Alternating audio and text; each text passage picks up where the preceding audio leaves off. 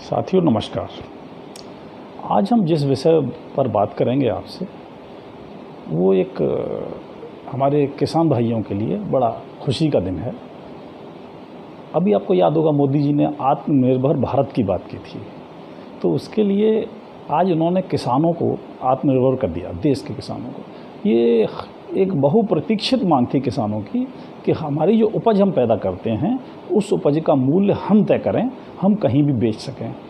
पहले ऐसा नहीं था, तो आज उसको उन्होंने कैबिनेट ने पास कर दिया है और आगामी लोकसभा में उसको एक कानून बन जाएगा।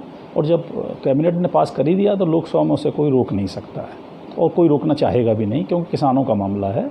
किसान हमारे देश की, क्योंकि हमारा देश ही कृषक प्रधान देश है और किसान हमारे देश की जान है। ये कानून जो था ये 2003 में यूपीए के समय एक स्वामीनाथन आयोग बनाया गया और उसने 2006 में अपनी रिपोर्ट दी, लेकिन 2013 तक कांग्रेस सरकार ने उसको ठंडे बस्ते में डाल दिया। क्यों डाल दिया ये तो वो जाने, लेकिन अब मोदी जी ने उसका रास्ता साफ कर दिया और किसानों को अपनी उपज तय करने का, यानी कि जो भी उपज पैदा करते हैं उसकी रेट निर्धारण का, उसके रेट तय करने का अधिकार खुद का होगा उनका। पहले क्या होता था, वो मंडी जाते थे, आड़ती जो तय कर देगा, जिनको लाइसेंस दिए हुए हैं वही मान्य होती थी कीमत।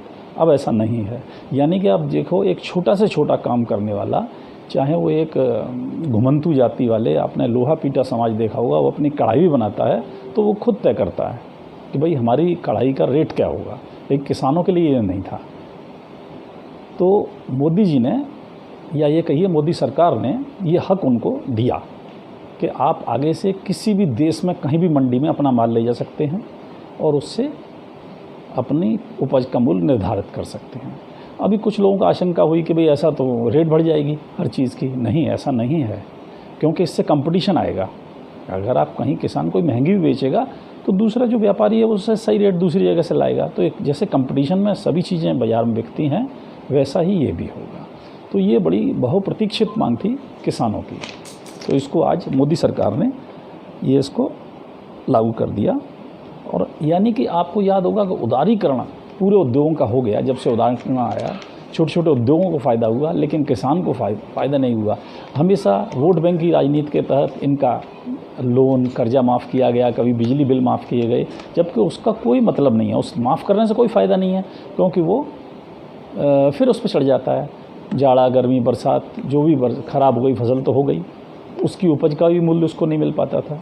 यानी कि कोई चीज़ अगर बाज़ार में 20 रुपये किलो बिक रही है तो वो किसान को 4 ही रुपये मिल रहे हैं उसके। तो ये बड़े नाइंसाफ़ी थी।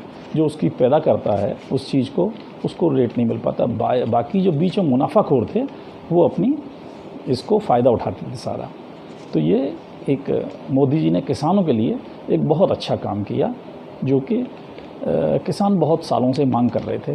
कभी आपने देखा होगा चुनाव आते ही कभी उनकी बिजली माफ़ कर दी जाती है, कभी 2 लाख तक के ऋण, कभी 1 लाख तक के ऋण, कभी यहाँ तक कि अभी मोदी सरकार ने उनको राहत के लिए हर किसान को 1 साल में 6,000 रुपये देने का प्रोग्राम बनाया है, जो चल रहा है। 2,000 रुपये हर 4 महीने बाद उनको देने का है, जिससे उनको सहायता मिल सके। लेकिन अगर उससे क्या हुआ नुकसान कि किसान अब खेती भी कम करने लगा, बटाई पर देने लगा। उनकी जो नई जनरेशन है वो भी काम, क्योंकि सिर्फ मुनाफा नहीं दिखता उसमें। जब किसी काम में फ़ायदा ही नहीं होगा तो वो क्यों करेगी। इसीलिए मोदी सरकार ने ये फैसला लिया कि हर आदमी को जैसे अपना रेट तय करने का अधिकार है, उसी तरह किसानों को भी इसका अधिकार होना चाहिए। और ये बहुत ही सराहनीय कार्य किसानों के लिए किया गया है।